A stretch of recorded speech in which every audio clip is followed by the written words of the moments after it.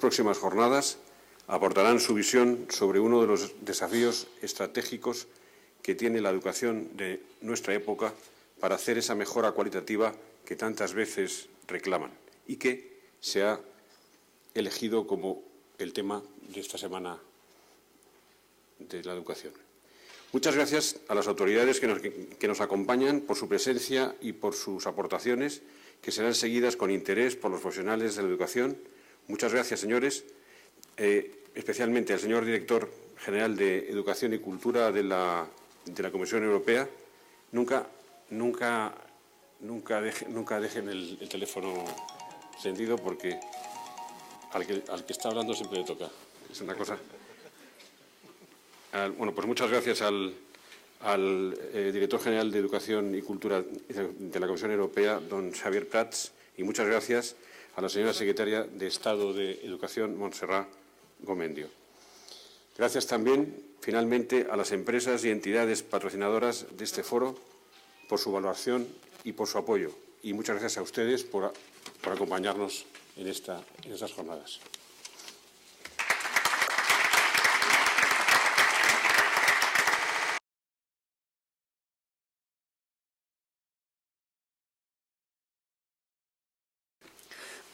Señora Secretaria de Estado de Educación, señor Director General de Educación y Cultura de la Comisión Europea, director de la Fundación Rafael del Pino, presidente de la Fundación Santillana, amigas y amigos. Les voy a presentar el programa de la semana con una contextualización que permita ordenar mejor los objetivos y la secuencia que vamos a desarrollar. Señalando que no son estas unas jornadas técnicas, tal como se programan para cualquier curso de formación, en general para esa reiterada formación continua, por otra parte tan necesaria.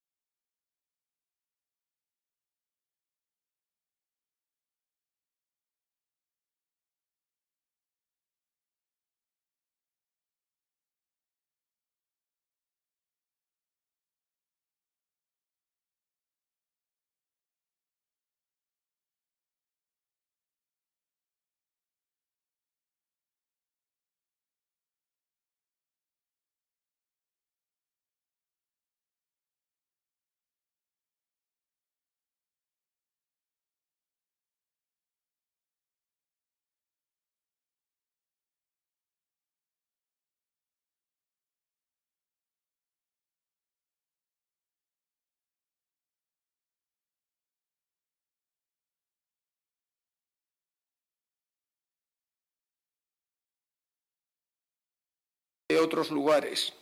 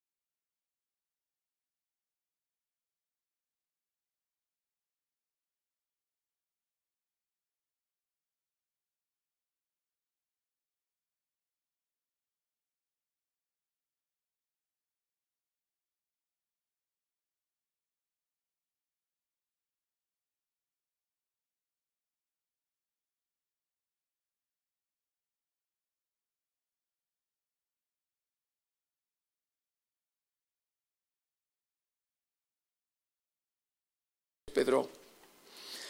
Y esto es lo que ha hecho inevitable que este tema requiera la atención de las políticas públicas y por lo que es interesante saber cómo lo ven las autoridades educativas, las del marco europeo y las nacionales, excelentemente representadas aquí por el director general de Educación de la Comisión Europea y la secretaria de Estado de nuestro Ministerio del Ramo.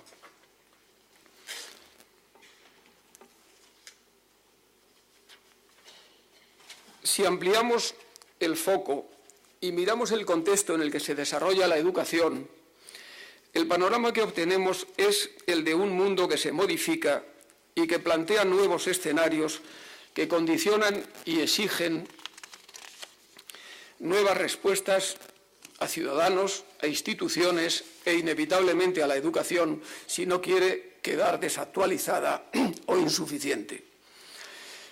A esas perspectivas dedicaremos la sesión de mañana, la educación en un mundo cambiante, a través de las 3 ponencias que tienen en pantalla. Nos ha parecido interesante abrir con una ponencia que recuerde cómo gran parte de la actividad en la industria y los servicios, en la comunicación y los viajes, en el comercio y las finanzas, en el trabajo y en el ocio, está poderosamente influida, replanteada y frecuentemente potenciada por la tecnología. Seguro que el director de Políticas Públicas y Relaciones Institucionales de Google España y Portugal nos ofrecerá una buena síntesis de este fenómeno tan determinante en el funcionamiento del mundo contemporáneo. La pregunta que surge de inmediato es: ¿el mundo de la educación está al margen de ese fenómeno? Por supuesto que no. Ha habido una documentada respuesta desde la Asociación Internacional para la Evaluación del Rendimiento Educativo, la veterana organización que viene haciendo evaluaciones tan conocidas en los medios educativos como PIRLS o TIMSS, que estudian los rendimientos de los estudiantes en matemáticas o en lectura. El pasado mes de noviembre presentaron su estudio sobre alfabetización computacional y manejo de información, en el que participaron los sistemas educativos de 21 países. Basándose en él, el jefe de la Unidad de Investigación y Análisis de la entidad, Andrés Sandoval Hernández, hablará de los estudiantes en la era digital. Y cerrará la sesión un conocido y brillante economista, César Molinas, que ha escrito importantes artículos y algún ensayo sobre las reformas que nuestro país debería abordar, no solo para superar la crisis, sino para lograr un funcionamiento más racional y un papel más positivo en distintas esferas de interés general. Es de destacar que desde una óptica externa al ejercicio profesional de la educación se reflexione sobre su importante papel en lo que sea el futuro de España. Cerraremos el jueves con las respuestas de la educación, buscando las que son estratégicas, más allá de la práctica instalada. Hemos elegido esta trilogía: innovación, recursos y profesión docente, por entender que son las claves de la respuesta que dé la educación en el próximo futuro. No en vano ponemos en primer lugar la innovación, de la que hablará Dirk van Dam, director del Departamento de Innovación e Indicadores de Progreso de la OCDE, que comprende el Centro de Investigación e Innovación Educativa y los indicadores de los sistemas educativos. Seguiremos con la ponencia sobre recursos, centrándonos en lo que falta, soportes y contenidos de una nueva educación, pues las escuelas e institutos, los edificios y equipamientos ya existen. Estará a cargo de Jean Gillen, uno de los más reputados expertos europeos en el tema. Y cerraremos con el factor esencial y estratégico, el profesorado, al que el autor de la ponencia y de un libro reciente sobre el tema, el presidente del Consejo Escolar del Estado, Francisco López Rupérez, pondrá en relación con los anteriores factores, innovación y recursos, y basará su análisis en la necesidad y urgencia de robustecer la profesión docente. Termino con una información apuntada en el programa de la semana. Desde la Fundación Santillana vamos a desarrollar un programa de difusión de información relevante a personas y líderes en educación, que no son otras que los profesionales interesados y comprometidos con su mejora. Empezaremos con las presentaciones y documentos de esta semana, porque creemos que es positivo que lleguen más ideas y experiencias de interés a los docentes y directivos que hacen la educación de cada día. Y porque parece que sí, que a verlas las hay. Y pasando del marco general a lo inmediato, decirles que Francesc Pedró, autor del documento básico de la semana, es jefe de la División de Políticas Sectoriales de la UNESCO, en la que se incluye el impacto de la tecnología en la educación. Anteriormente fue administrador principal del Centro para la Innovación y la Investigación Educativa de la OCDE. Muchas gracias.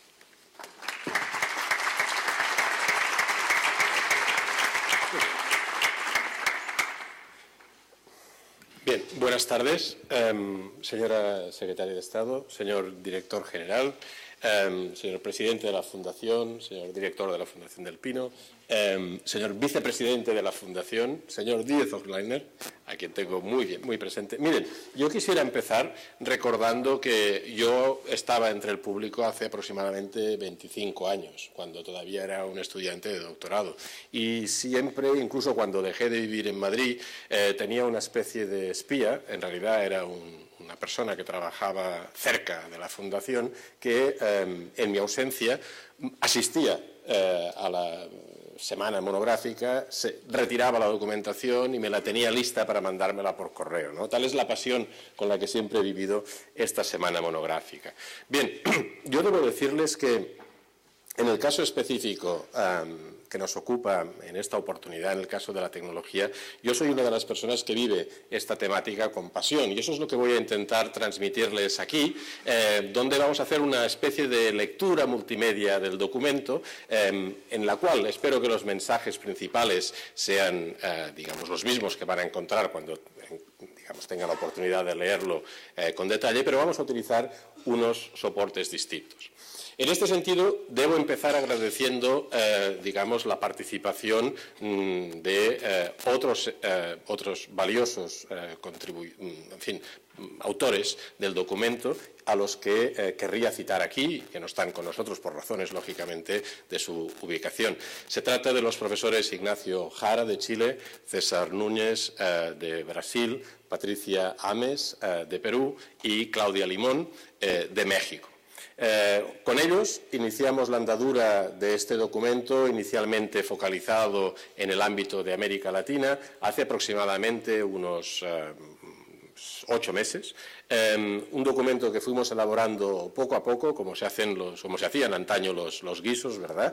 Y que tuvimos la oportunidad de presentar conjuntamente con la Fundación y gracias a los desvelos y trabajos de su director de Educación, Mariano Jabonero, en Colombia, en Bogotá y seguidamente también en Sao Paulo, en Brasil. Y en los próximos días, en abril concretamente, se va a presentar también en Lima, en Perú. De todas maneras, el documento que hoy tienen ustedes en sus manos ha sufrido, digamos, sucesivas transformaciones y debe mucho no solo a la contribución también de Mariano Jabonero, a quien me referí, sino también directamente a la de Emiliano Martínez, que aparte de ser vicepresidente de la Fundación, debe tener, digamos, algo en la sangre porque realmente es editor apasionado, ¿no? Y gracias a sus desvelos hemos conseguido mejorar enormemente esta calidad y la calidad de este documento y darle un enfoque aún más interesante y más global. Lo que sí me he permitido, como uno de los autores, es la salvedad de saltarme a la torera una indicación que recibí del editor, que fue limitar la presentación al tema de tecnologías para la mejora de la educación. Y yo quise insistir en que debía tratarse de tecnologías para la transformación de la educación. Con esta salvedad, digamos, voy a empezar la presentación. Y lo primero que voy a hacer es contarles una pequeña anécdota. Miren, yo tengo un buen amigo griego que hace aproximadamente unos 20 años decidió hacer su tesis doctoral en economía sobre el tema del impacto de la tecnología en los resultados escolares.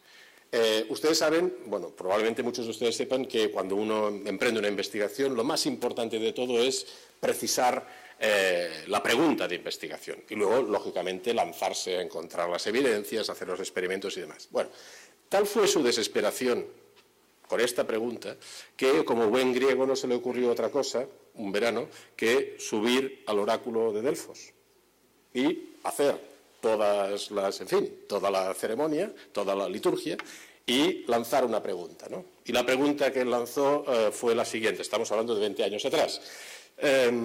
Oráculo, por favor, ¿me podrías decir si llegará el día en que todos los alumnos y todos los profesores en Europa tendrán dispositivos que les permitan beneficiarse de la tecnología para la enseñanza y el aprendizaje? Bueno, el oráculo no tardó en responder, con una voz, digamos, tronadora, le dijo: sí, ese día llegará, pero tú no lo verás. Bueno, el investigador, mi amigo, quedó compungido, lógicamente, pero pensó, bueno, todavía como buen investigador puedo hacer una segunda pregunta, ¿verdad? Bien, la segunda es, ¿llegará el día en que esos dispositivos transformarán los procesos de enseñanza y aprendizaje? Se hizo un silencio. Mi amigo, pronto un carraspeo, y el oráculo le dijo: llegará, pero yo no lo veré.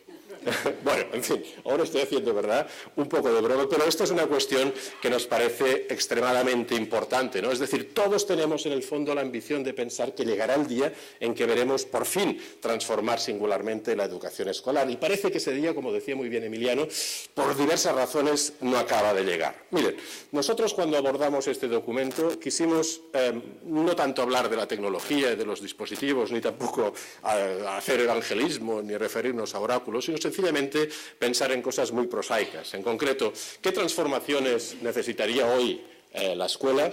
¿Cuál es el potencial de la tecnología en el contexto de esas transformaciones? ¿Cómo podemos conseguir que esas transformaciones tomen cuerpo? Y finalmente tomar partido por algunas recomendaciones. Y al hacerlo, desde el primer momento tuvimos bien claro que esto no iba de tecnología, que esto iba de estos señores, ¿verdad? Esta es una foto que yo mismo tomé en una visita a una escuela en el Distrito Federal de Bogotá, en las afueras, y como estos niños hay millones, ¿verdad? Millones.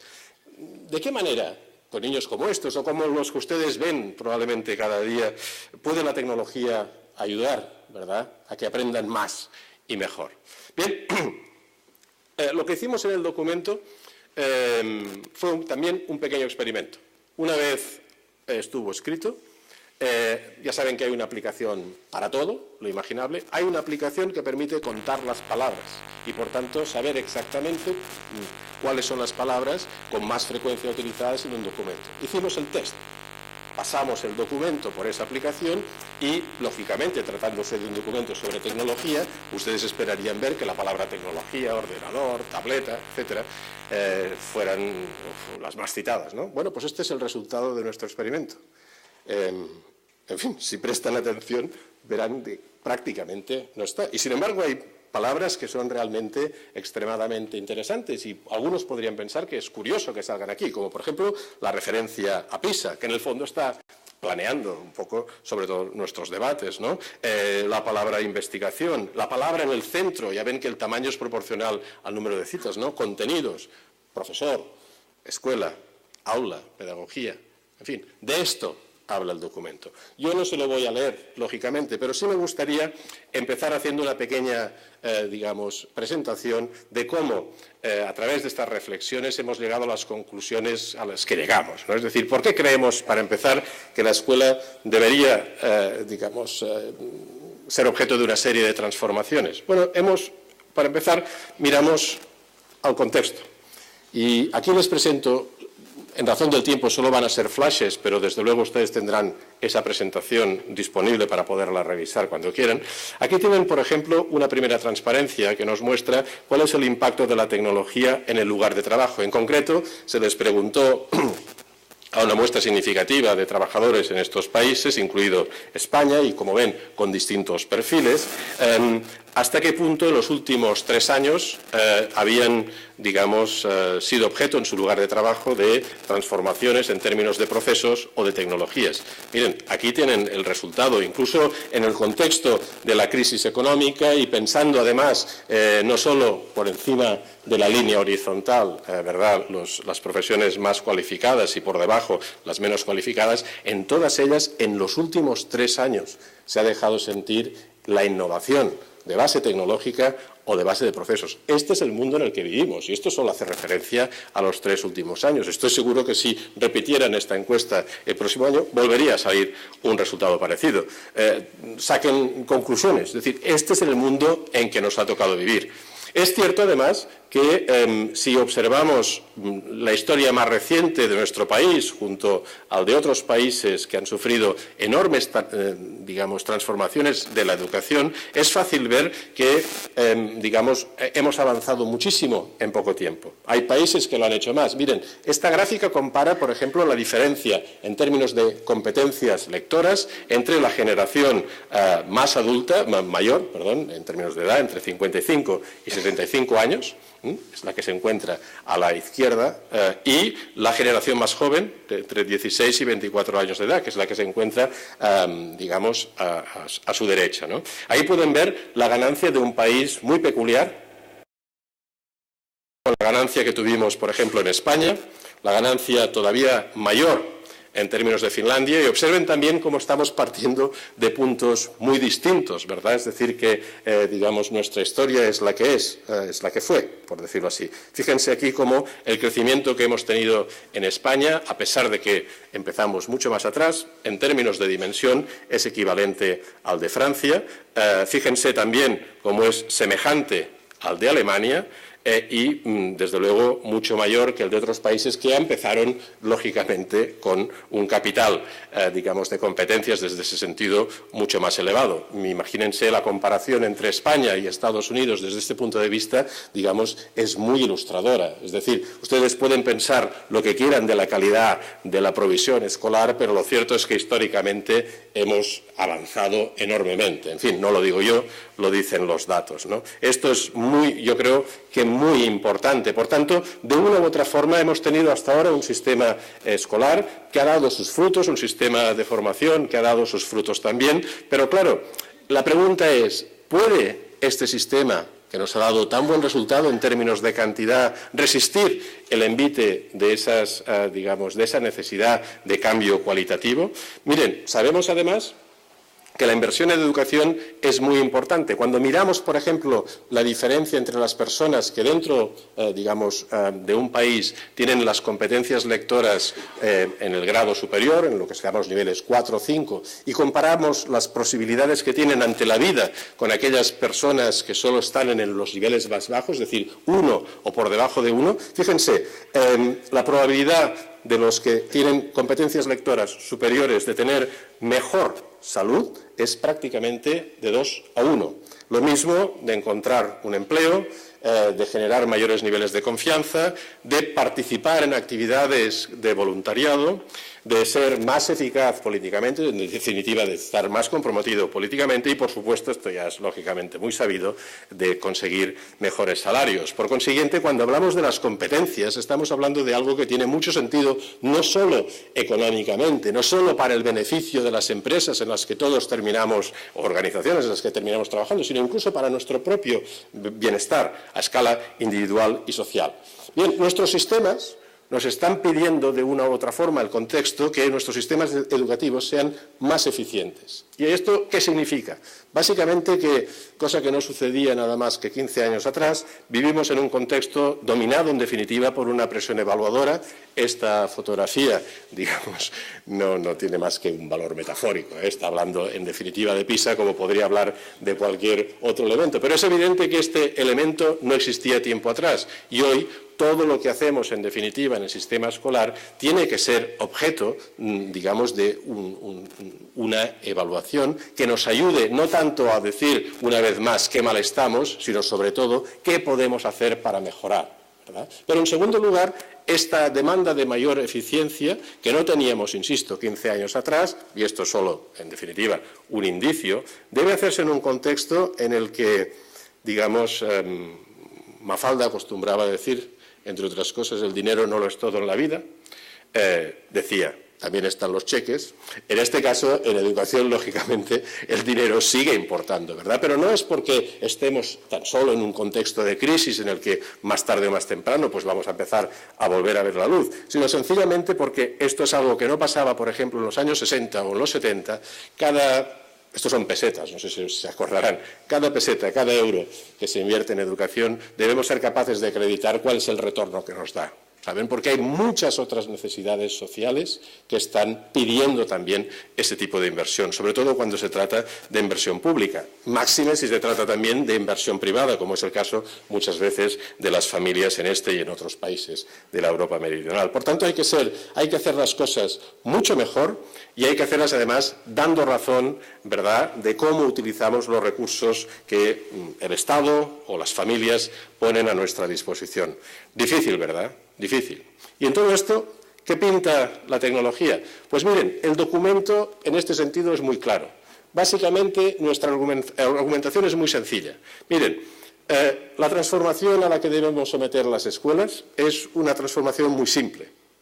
Debemos ayudar a los docentes a ir más allá, no abandonar, ir más allá de la transmisión de contenidos para contribuir al desarrollo de las competencias de los alumnos. Pero esto, es la segunda tesis del documento, solo lo podemos hacer si realmente ayudamos al cuerpo docente, en el sentido más amplio del término, a desarrollar las competencias profesionales apropiadas, ¿verdad? Apropiadas para aprovechar esas ventanas de oportunidad que precisamente creemos que, entre otras cosas, ofrecen las tecnologías hoy, a diferencia de las tecnologías que teníamos tan solo 15 años atrás. Y me extenderé en este sentido. Estos son, en definitiva, los mensajes básicos del documento. Ahora me van a permitir, de todas maneras, que elabore un poquito más algunas de estas ideas. Y para empezar, quisiera compartir con ustedes cómo vemos el potencial de la tecnología en este sentido. Bueno, miren, voy a empezar con dibujos animados. Un poco porque esta será una sesión larga y para que un poco podamos sonreír un poco. Para demostrar con este pequeño vídeo lo que denominamos, digamos, la tristeza de los cambios denominados de primer orden, ¿verdad? Muchas de las iniciativas en el ámbito de la tecnología educativa en los últimos 25 años se han limitado a hacer proposiciones de cambios de lo que nosotros denominamos de primer orden. Es decir, vamos a seguir haciendo, en definitiva, lo mismo que hacíamos, pero lo vamos a hacer con soportes y tecnologías distintas. Van a ver exactamente a qué me estoy refiriendo con este vídeo. Por favor.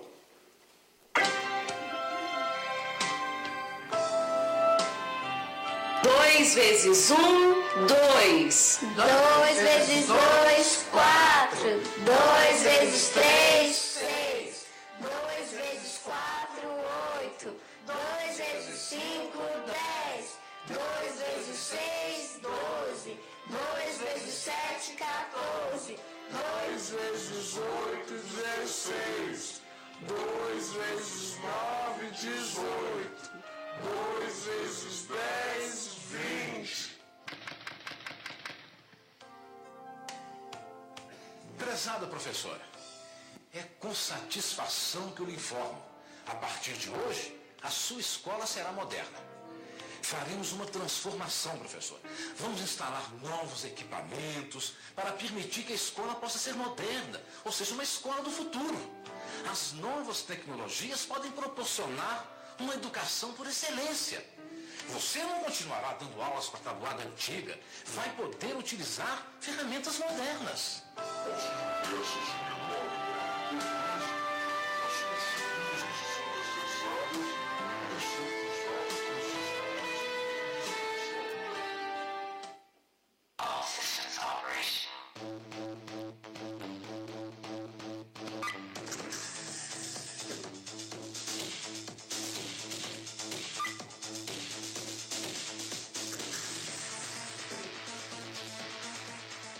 Vezes 1, 2. 2 vezes 2, 4.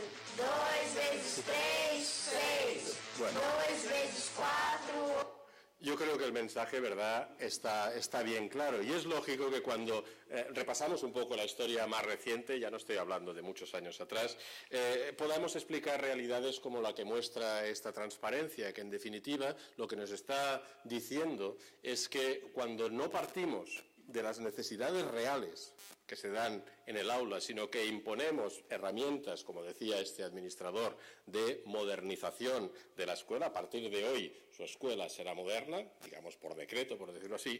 El resultado con el que nos encontramos es que el uso real de esas herramientas es muy bajo. Miren, en el último estudio europeo, son datos del curso 2011-2012, en el curso equivalente a lo que sería la secundaria superior, el primer curso de la secundaria superior, nos encontramos que incluso en los países más avanzados en términos del uso de la tecnología en el aula, como es el caso de Dinamarca y Noruega, apenas se puede decir que se usa el equipamiento existente en las escuelas por término medio una vez por semana. Miren, ¿qué quiere que les diga? Recuerden la imagen de las pesetas, ¿no? En fin, yo diría, para utilizar un refrán bien conocido, para este viaje no hacían falta alforjas, ¿verdad? Si hemos de terminar así, mal, ¿verdad? Por consiguiente, quizás el tema es cómo procedemos a esa a proveer, digamos, los instrumentos para esa necesaria transformación. Déjenme que siga en este sentido, porque también en uno de los estudios que se acaba de lanzar de la OCDE se demuestra una vez más que no es tan importante cuánto se usa la tecnología, sino una vez más cómo se usa. Miren, esta transparencia les muestra, por ejemplo, los diferenciales de uso entre los países que usan menos la tecnología para cada una de las actividades descritas y arriba, los países que la utilizan más. Fíjense cómo si se observan los países mencionados en la parte baja, es decir, los países que, de acuerdo con los datos de PISA, menos utilizan la tecnología en el aula, resultan ser países que están precisamente en el top 10, ¿verdad?, de los rankings en PISA. Sin embargo, los países que se encuentran en los niveles más altos de utilización, bueno, pues ofrecen en algunos casos muy buenos resultados relativamente, digamos, notables, como es el caso, por ejemplo, de Dinamarca, pero en otros casos resultados más bien medios y en muchos casos semejantes a los que tenemos en el caso del Estado español. Por consiguiente, la pregunta no es si la mera presencia de la tecnología lleva consigo una ganancia de los aprendizajes. La pregunta debe ser cómo se utilizan las herramientas, porque es ese cómo el que nos da la clave de la ganancia, no la presencia ni incluso la intensidad de uso. ¿Cuántas veces no habrán ustedes tenido en las manos, verdad, el dilema de saber si para hacer un determinado escrito lo empiezan, estoy hablando de años atrás, en lápiz, directamente en bolígrafo, en pluma estilográfica? ¿Cambia eso la calidad del contenido? No, le ofrece algunas ventajas comparativas. Por ejemplo, si utiliza el lápiz podrá borrar con facilidad. Si utiliza una pluma estilográfica, más vale que se fije, ¿verdad? Pero eso no cambiará la calidad, ni el número de faltas de ortografía, ni, por supuesto, el contenido que está escribiendo, ¿verdad? Eso es exactamente lo que nos está pasando hoy, con la diferencia de que ya no hablamos tanto de dispositivos, cuanto, sobre todo, de aplicaciones y de contenidos. Lo importante es el cómo, es la pedagogía. Entonces, ¿cómo podemos realmente utilizar la tecnología de forma estratégica para ir un poco más allá de esos cambios de primer orden? Es decir, no, en el fondo seguimos haciendo lo de siempre, pero utilizando soportes y tecnologías distintas. No, lo que queremos nosotros es hacer las cosas distintas, porque ahí es donde precisamente muchos estudios económicos han demostrado, en el caso de la empresa, solo cuando se cambian los procesos, gracias a la tecnología, se observa una mejora en términos de productividad. Pues lo mismo en el contexto escolar. Solo observaremos mejoras en el momento en que empecemos a cambiar precisamente los procesos de enseñanza y de aprendizaje. ¿A qué me refiero en concreto con estos cambios de segundo orden, donde no solo cambiamos el soporte, sino que cambiamos la actividad? De nuevo me van a permitir que comparta con ustedes un segundo vídeo. Vídeo, por favor.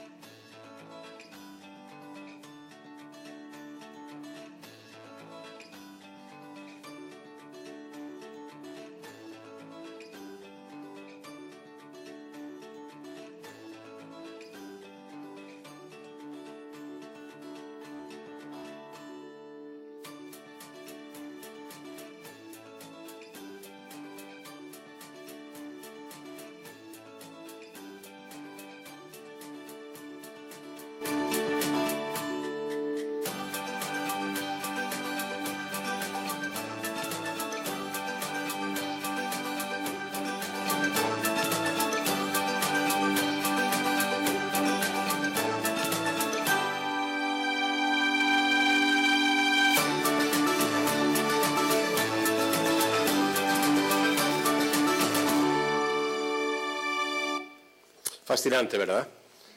Fascinante. Bueno, ustedes pueden pensar que este es un vídeo que habla de tecnología y que intenta venderles dispositivos que ni siquiera están en el mercado. No, no. En realidad, todos los dispositivos, aplicaciones que pueden ver ahí, hace años que están disponibles y además los precios están bajando. Miren, lo más importante de este vídeo no es la riqueza, los colores, ¿verdad? No, es un vídeo que les invito a que vuelvan a ver, probablemente deberían verlo un par de veces más, que nos habla fundamentalmente de pedagogía y nos permite entrever de qué manera un uso estratégico de las oportunidades que nos ofrece la tecnología nos permitiría hacer cosas distintas. Por eso llamamos a este tipo de cambio de segundo orden. Ya no hacemos lo mismo. Hacemos otras cosas. Este es solo un ejemplo. Podrían encontrar muchísimos más y el documento en este sentido es prolijo en este tipo de ejemplos. Entonces, déjenme que les ayude un poco a recuperar algunas ideas clave que están en este vídeo. Por ejemplo, ¿qué nos ofrece la tecnología hoy? Que es, digamos, algo impresionante, ¿verdad? Pues esa idea del feedback inmediato y con un objetivo de evaluación formativa, no solo sumativa. Esto lo han visto en el vídeo, lo han visto, digamos, en esta aplicación, pero hay infinidad de ellas que permiten hacer algo parecido. En segundo lugar, que han visto también algo muy importante en el orden del día hoy de la agenda, digamos, en los países europeos, el aprendizaje personalizado. Esta idea de qué modo la tecnología puede ayudarnos a diagnosticar en qué momento exacto, qué dificultades de su aprendizaje, qué dificultades encuentra el estudiante o la estudiante y qué tipo de actuaciones remediales podríamos proponerle. Lógicamente, todo esto exige detrás una ingeniería pedagógica y, por tanto, una mente pedagógica detrás. Pero gracias a la tecnología podemos hacerlo y podemos hacerlo mucho mejor. En tercer lugar, el aprendizaje cooperativo. Desde luego, digamos, la tecnología que estamos mostrando aquí no es imperativa para hacer actividades de aprendizaje cooperativo, pero fíjense que con el perfil de estudiantes al que esta actividad se refería, 14, 15 años de edad, la tecnología es un poderoso incentivo. En realidad el vídeo nos presenta el caso de una chica, y está bien que lo haga, porque precisamente uno de los problemas que tenemos en Europa es nuestra capacidad de atraer las chicas hacia el mundo de la tecnología, pero implícitamente debería hablarnos también de otro problema grave que tenemos, que es el desenganche de la escuela que realizan cada vez más chicos y no chicas, ¿verdad? Entonces, poder encontrar un entorno en el que los chicos encuentren incentivos, digamos, se les facilite la motivación, esto es muy importante también y lo conseguimos en buena medida gracias a la tecnología. El aprendizaje ubicuo, esto es algo que, aunque se imaginen que no está sucediendo, en realidad, lo verán más tarde con un gráfico, está sucediendo.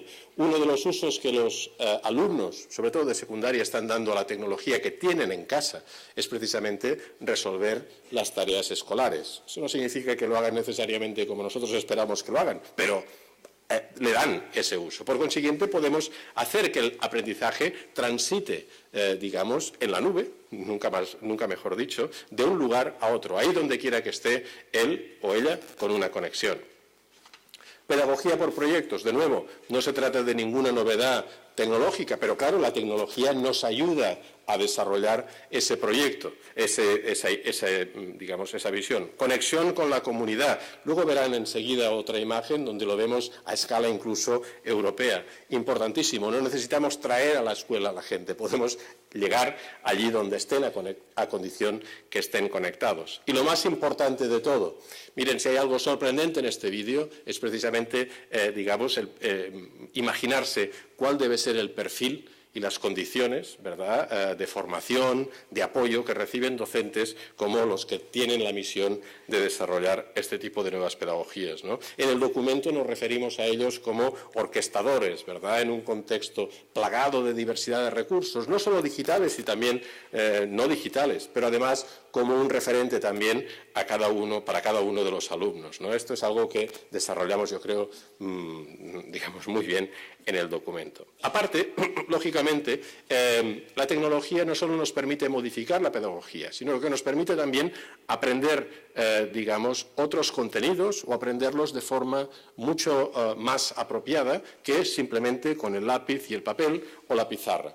El documento, de nuevo, ofrece decenas de ejemplos de aplicaciones, de usos, siempre validados empíricamente. Yo no voy a extenderme aquí, pero les invito a que repasen los capítulos dedicados a las ciencias y cómo la tecnología puede ayudarnos a visualizar, modelar e incluso simular. En el caso de las matemáticas, imagínense la diferencia que hay entre aprender el significado de una fórmula y ver inmediatamente cómo, al cambiar algunos de los factores en esa fórmula, eso se refleja en una gráfica dinámica, ¿verdad? Evidentemente, eso es lo que denominamos las anotaciones enlazadas. En estudios sociales, ¿de qué forma dispositivos que los propios alumnos llevan en el bolsillo, como por ejemplo sus teléfonos celulares, pueden ayudarles a documentar fenómenos que están sucediendo en el entorno en el que está su propio centro? Y, últimamente, digamos, que también lo debatimos en el documento, la cuestión de la introducción de la programación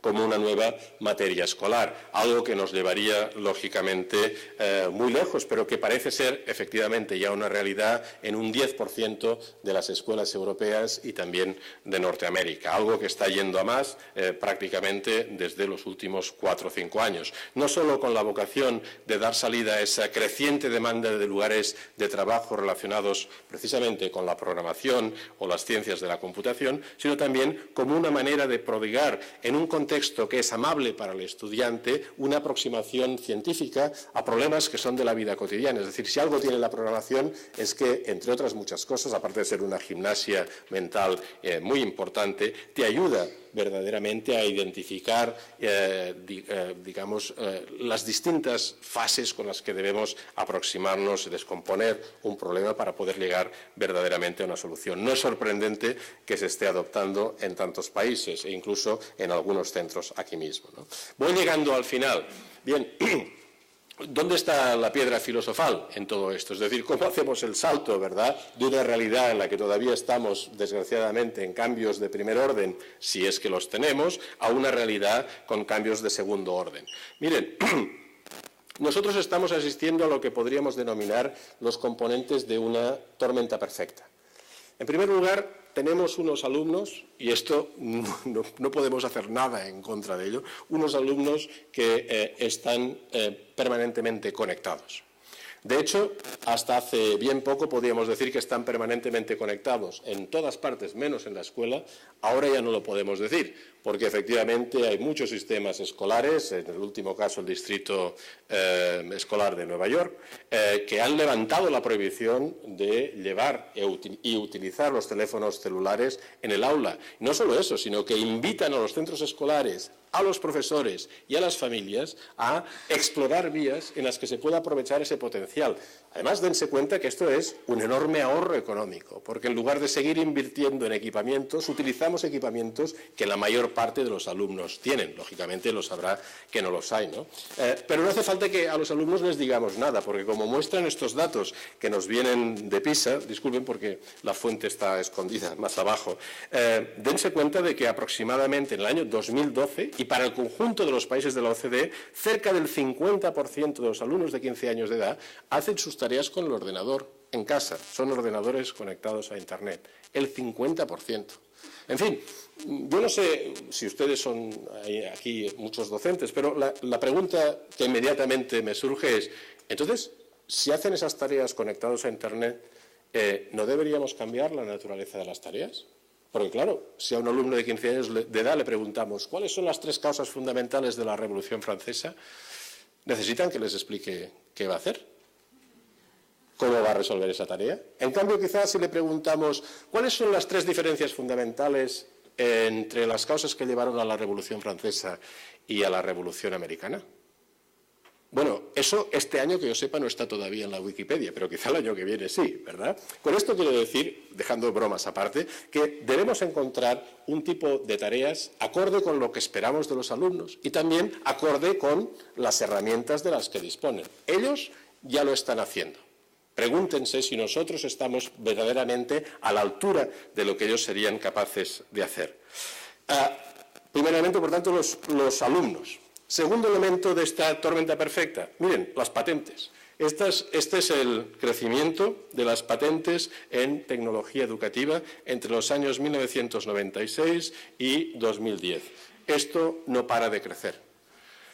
No solo es un tema de invenciones, de nuevos diseños, fundamentalmente vinculados con sistemas de programación, maquinaria inteligente, por decirlo así, y dispositivos específicamente pensados para el ámbito de la educación. Es que además, esto no es una cosa de cuatro locos.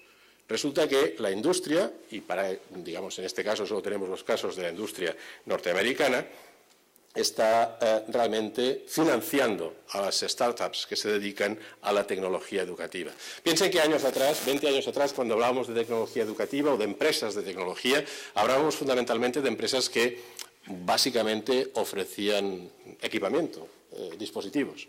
Hoy en día hablamos de empresas que ofrecen aplicaciones y, sobre todo, servicios. Y cuando digo servicios, incluyo en esa palabra también el contenido. ¿De acuerdo? El hecho de que haya tanta expectativa de inversión obedece no a una quimera, sino, indefectiblemente, a un análisis serio del crecimiento que esta industria está teniendo. Es más, tenemos más datos que nos permiten darnos cuenta de que incluso en contextos de crisis económica que han sufrido no solo los países de Europa, sino también fuera, como es el caso, por ejemplo, de Estados Unidos, a pesar de que en la mayor parte de los estados el gasto público en educación ha disminuido por efecto de la crisis, el gasto en tecnología se ha mantenido y en algunos estados ha crecido. ¿De acuerdo? Luego, eso significa que esas expectativas, de una u otra forma, en determinados contextos, se están dando. Por consiguiente, tercer elemento. El segundo era las patentes, el tercero es la industria que se está moviendo. Además, disponemos de nuevas herramientas, algunas de ellas verdaderamente sorprendentes. Les traigo aquí algunos ejemplos para evitar cualquier tipo de contaminación, ¿verdad?, con el mercado local, por decirlo así. Les traigo, digamos, elementos que vienen, en este caso, vienen de Australia, de Canadá y de Estados Unidos. Miren, así es como se hace, por ejemplo, típicamente en Canadá, una comunicación para avisar a la familia de que la semana próxima tendremos una reunión de padres y de madres, ¿verdad? Me imagino que aquí debe ser probablemente lo mismo, ¿no?, con un papelito. Así es como se puede hacer desde hace años ya. Es decir, mandando un mensaje a cada una de las familias y además teniendo el registro de qué familias han visto el mensaje, qué familias piensan participar, etcétera, ¿verdad? No es sorprendente. Lo que es sorprendente es que esto realmente no se esté utilizando más, porque realmente es un uso tremendamente eficiente, digamos, de la tecnología.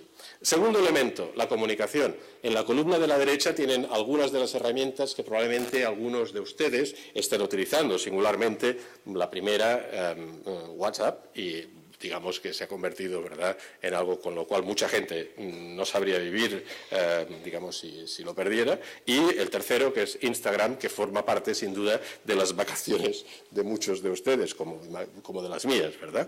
Bueno, al lado, en la columna de la derecha, tienen equivalentes en el sector estricto de la tecnología educativa. Y además les he puesto también las cifras que dan cuenta de cuántos usuarios tienen. Miren, ciertamente WhatsApp tiene aproximadamente unos 400 millones de usuarios en el mundo y tiene unos 550 millones de dólares invertidos detrás. En el caso de Remind, tenemos a 23 millones de docentes que lo están utilizando y hay 560 millones de dólares invertidos detrás. Fíjense en el último, quizás el más conocido en la comunidad educativa, Edmodo, 46 millones de docentes, prácticamente 600 millones de dólares invertidos, ¿verdad? Por consiguiente, tenemos nuevas herramientas de comunicación, miren, y la gente los está utilizando. Los docentes los están utilizando. Tenemos también nuevos entornos de evaluación. Miren, hasta hace bien recientemente era típico que tuviéramos mecanismos de evaluación sumativa importantes, con carácter longitudinal, pero analizábamos los datos a escala de centro escolar, generalmente a destiempo, cuando ya prácticamente no podíamos hacer nada. Hemos tenido una primera generación de herramientas muy valiosas de diagnóstico que nos ayudan a determinar dónde están las lagunas en el aprendizaje del conjunto del grupo clase o de alumnos en particular, pero vamos mucho más allá. Tenemos ya aplicaciones que permiten que el alumno construya su propio portafolio, es decir, guarde de forma acumulativa e interactiva las producciones, digamos, que va creando él mismo como, en el fondo, aprendiz académico, ¿no? Además, tenemos también nuevas herramientas de evaluación. Miren, típicamente reconocerán aquí, un texto de alguien que está aprendiendo a escribir en inglés y las correcciones de su profesor o de su profesora. Tenemos aplicaciones que permiten hacer exactamente lo mismo con cierta fiabilidad, digamos, en serio, pero que además, digamos, cuando nos dicen esto está mal, hacemos un pequeño clic y nos explica por qué está mal, de una manera amable. Es más, podemos escoger entre aproximadamente 10 tipos de voces distintas, a cuál nos parece quizá que sea el tutor o la tutora de inglés que más amable nos parezca, ¿verdad? Bien. Finalmente, quisiera concluir con un último ejemplo que da idea, ¿verdad?, de toda esta tormenta que nos está llegando, el análisis de datos a nivel de sistema, que puede predicarse igualmente a escala de centro, o a escala de comunidad autónoma, o de distrito, o de país, ¿no? Generalmente, todos los sistemas avanzados disponen de mecanismos de datos estadísticos y de su proceso, como el que muestro en esta imagen, pero fíjense que cada vez más disponemos de sistemas que, con geolocalización, nos permiten determinar cuáles son los valores de determinado centro educativo en el contexto de una determinada demarcación, cómo está ese centro por comparación a la media de esa región, cuál es el perfil de un determinado alumno. Es decir, podemos prácticamente hacer lo que queramos porque tenemos muchísimos datos y por eso la nueva frontera es la frontera precisamente del análisis de datos a nivel, de sistema, ¿no? Estos son algunos ejemplos de la tormenta que nos está llegando. Quisiera ahora llegar a la conclusión a través del último vídeo que les voy a mostrar, que ofrece a modo de síntesis algunas de las ideas que hemos recogido en el documento. Este vídeo viene de Noruega y está en lengua inglesa. Vídeo, por favor.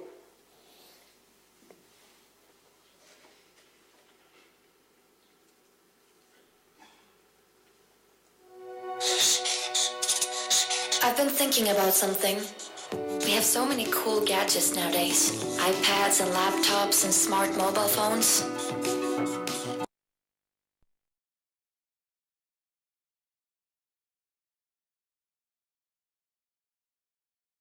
Use the tools we're most comfortable with. Use of these gadgets is abbreviated to ICT, Information and Communication Technology. In fact, many people believe that children learn much better by using ICT, but many local authorities struggle to provide their students with this. The problem is not the actual hardware. The schools are full of it. The problem is how to use ICT smartly to improve learning. But why is better learning important? Well, Norwegians like to think they are the best. However, the truth is that even though Norway spends more money on schools than most countries, Norwegian students score average on international PISA and TIMSS tests. Why is it like that? And what are the consequences? Norway currently makes a good living from its oil. However, it could all be gone by as soon as 2030. People say that after the oil, we will live off knowledge. As far as I can see, this means that more of us will have to get a good education. But with so many of our young people dropping out of high school, can we really claim that we're on the right path to become a knowledge-based society? It doesn't look like it. Are we just expecting our students to suddenly realize that they are the nation's future and get their act together? Or should we try to make schools more relevant and motivating for students so that this happens naturally? If more students learn better, would that possibly motivate them to continue and not drop out of high school? Wouldn't that actually help to create a knowledge-based society?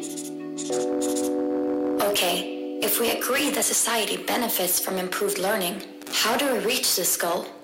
Well, then we're back to the gadgets. I believe it would be smart to take advantage of students' interest in ICT. Computers can teach us to learn things in different ways. And they also make learning advanced concepts easier if that's what you want. Imagine, instead of reading about DNA molecules and cramming in facts you don't really understand, why not visualize, simulate, and animate the DNA molecule? Wouldn't this make school more exciting if you actually understand what you learn? How about math? Wouldn't learning improve if formulas were brought to life using dynamic graphs, rather than struggling with cryptic X's and Y's? And how about other subjects? Would it inspire us to have all the information in the world at our fingertips, just a few mouse clicks away? I think it would. I feel excited just thinking about it. So what's holding us back? Well, ICT is a part of the curriculum as the 5th basic skill. That's a good start. But the curriculum itself is no guarantee, because nothing happens to those who don't follow it accurately. Therefore, it's probably more important to get the actual teachers into the idea of using ICT in their lessons.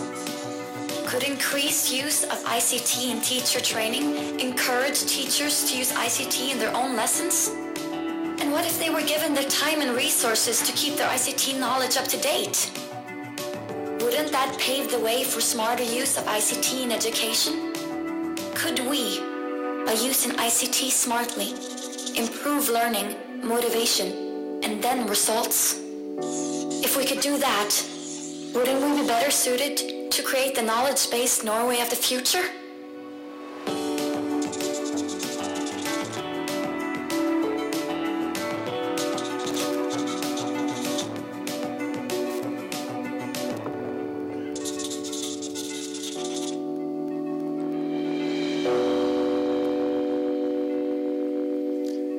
Bien, creo que se trata de un vídeo magnífico que resume algunas de las tesis que defendemos precisamente en nuestro documento. Quisiera terminar, de todas maneras, refiriéndome al nudo gordiano de la cuestión. Miren, la siguiente transparencia les muestra la evolución de algunos datos muy importantes a escala de los países de la Unión Europea. Compara los datos en algunas variables entre el año 2006 y la última cifra que tenemos, del 2012. Por ejemplo, fíjense, estos son los datos correspondientes a 2006 en cuanto, por ejemplo, a ordenadores con Internet por cada 100 estudiantes en los centros, pero fíjense ya en el año 2006 teníamos aproximadamente un 90% de los docentes, esto se refiere al tramo de edad equivalente a la enseñanza secundaria obligatoria, digamos, que utilizaba la tecnología en la preparación de sus clases. Y, sin embargo, digamos, un número muy reducido, en torno al 12%, utilizaba algún tipo de tecnología en un 50% o más de sus lecciones. La pregunta es, ¿hemos conseguido que esas cifras mejoren? Bueno, el resultado es que sí, en un ámbito que es lógicamente el de la presencia de la tecnología, pero no necesariamente en los demás. En algunos casos, en el de la preparación de las clases, porque ya estábamos muy arriba y estamos prácticamente en un nivel de saturación, es decir, la gráfica nos dice que prácticamente el 100% de los docentes de secundaria europeos declara utilizar la tecnología en la preparación de sus clases, pero fíjense que apenas hemos avanzado en el uso real, ¿verdad? Necesitamos ir un poco más allá y en este sentido, quizá precisamente el nudo gordiano está en qué son capaces de hacer los docentes con la tecnología. Miren, a mí esta transparencia que ven ahora, esta imagen, me encanta. Y les explicaré por qué. Ustedes verán ahí probablemente nada más y nada menos que un mapa tanto peculiar de Europa Occidental. Bien, este mapa está construido punto a punto, cada punto de luz es un centro escolar que está conectado con otro de otro país europeo. Y conectado significa que en el marco del programa e-twinning, ¿verdad?, de hermanamiento de escuelas, hemos sido capaces a escala europea de generar tal intercambio entre centros escolares que finalmente hemos acabado dibujando el mapa de Europa. Esto no requiere grandes inversiones en tecnología y, sin embargo, es una perspectiva pedagógica que está perfectamente al alcance de los docentes europeos que quieren trabajar o que han trabajado y siguen trabajando por la construcción de Europa. Cuando ven los puntos rojos, eso significa que hay tal saturación de escuelas en ese lugar, como pueden ver, por ejemplo, en el caso en fin, del Mediterráneo o en el caso del centro de España, que prácticamente, digamos, el punto se vuelve rojo. Esto es impresionante. No requiere una gran inversión tecnológica. Requiere sencillamente la competencia profesional adecuada. Vamos a hacer esto. ¿Se acuerdan de este ínclito personaje del inspector Gadget, ¿no? ¿Queremos construir profesores que sean profesores Gadget? No, yo no creo que esta sea la solución. O sea, no se trata de marear, ¿verdad?, a los docentes o equiparles todavía más, aunque sea en base a, digamos, herramientas teóricas. De hecho, lo que debemos hacer es revisar el tipo de apoyo que estamos dando a los docentes. En el contexto del programa TALIS de la OCDE, les preguntamos a los docentes, digo, porque yo estaba ahí cuando se hizo, ¿cuáles son las áreas en las que todavía sienten mayor necesidad de desarrollo profesional? Estamos hablando siempre de docentes de aproximadamente el grupo de edad correspondiente a nuestra ESO, ¿verdad? La primera prioridad es cómo atender a los alumnos con necesidades educativas especiales en el aula ordinaria. Pero fíjense, la segunda y la tercera tienen que ver con el uso de la tecnología. Es decir, nuestros docentes nos están diciendo que sienten la presión detrás, ¿verdad? Y que no terminan de saber exactamente cómo sacar partido a algunas, ¿verdad?, de esas ventanas de oportunidad que mostramos en el documento. Necesitamos verdaderamente una aproximación distinta, no ya a la formación docente. Háganse la pregunta muy simple. ¿Cuál es el nivel de uso de la tecnología en los centros de formación inicial del profesorado? ¿Ustedes creen que son la vanguardia de los sistemas educativos europeos en cuanto a la transformación de los procesos de enseñanza y aprendizaje? Miren, nosotros lo investigamos en su día y no encontramos, desde ese punto de vista, buenas noticias. Necesitamos invertir más probablemente en esos centros de formación y convertirles en la vanguardia, pero necesitamos también cambiar nuestra aproximación a la formación docente en este ámbito. Generalmente la historia nos demuestra que enviamos oleadas de formación, sacamos a los docentes de su contexto cotidiano, los llevamos verdaderamente a programas de formación en el momento en que nuestras expectativas están más hinchadas, ¿verdad? ¿Qué sucede? Que a medida que los docentes vuelven al lugar ordinario y las expectativas se van convirtiendo en una aproximación realista, esa, digamos, formación se pierde y se llega en definitiva a la desilusión. ¿No sería mejor empezar en algún lugar más próximo a las necesidades docentes? En la UNESCO acostumbramos a decir que 30 horas de formación fuera del centro escolar no tienen para el docente el mismo valor que 3 horas de apoyo, de coaching, en el propio centro escolar, ¿verdad? Y eso lo tenemos acreditado. Empecemos por ahí, empecemos allí donde estén los docentes y acompañémosles hasta esta meseta, ¿verdad?, donde encontrarán verdaderamente la productividad y podrán disfrutar en definitiva de esas experiencias. Quiero terminar con un último mensaje. Miren, a lo largo de este documento y también de esta presentación hemos ido transitando por mundos que en el fondo se hablan poco entre sí. Hemos ido transitando por el mundo de las políticas educativas, de las macropolíticas, hemos hablado, por ejemplo, de PISA, y el documento lo hace. Y, sin embargo, ese mundo de la política educativa, en serio, trata poco de las políticas sobre el uso pedagógico de la tecnología. Es como si la gente que se dedica a esa cuestión perteneciera a una comunidad distinta, a un país distinto. Pero lo más importante es hacerse la pregunta, bueno, y en toda esta discusión, ¿cuál es el papel del usuario final?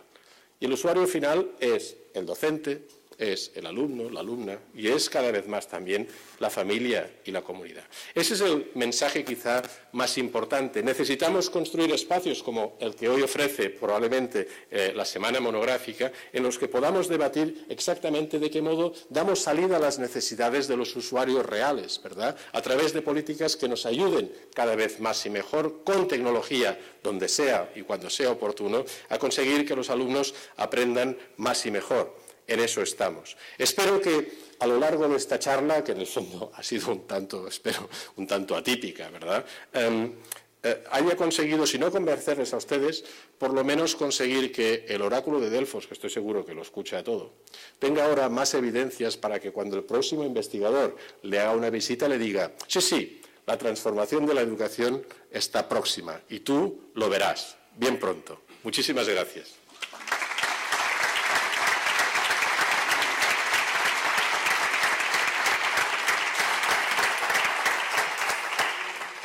Muchas gracias, Francesc Pedró, por tan brillante y estimulante presentación. Yo diría además que equilibrada, porque has puesto el peso de las responsabilidades y de los impulsos donde probablemente deben estar.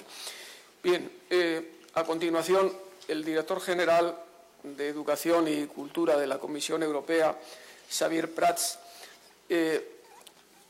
va a intervenir. Señalarles que es el responsable, obviamente, de las políticas de la Unión Europea en educación, pero dentro de ese muy amplio paraguas quiero recordar que tiene la responsabilidad de la nueva formulación, de la nueva etapa de los dos programas extraordinariamente simbólicos, como son el Erasmus Plus en este caso, y el Marie Curie, y que representa a la Comisión Europea en el Consejo de Administración del Instituto Europeo de Innovación y Tecnología, que algo tiene que ver con el tema que aquí nos ocupa. Buenas tardes, señora secretaria de Estado, señor director. Buenas tardes. Bueno, este fin de semana me leí el papel de Francesc y pensé, bueno, ¿qué voy a decir? Es un papel excelente.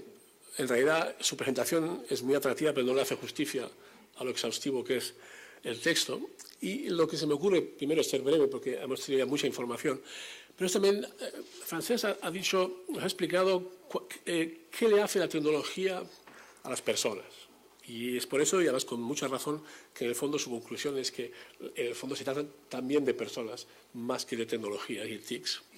Yo quería decirles algunas palabras no sobre lo que hace la tecnología a las personas, sino lo que hoy, sino lo que le va a hacer mañana a los sistemas.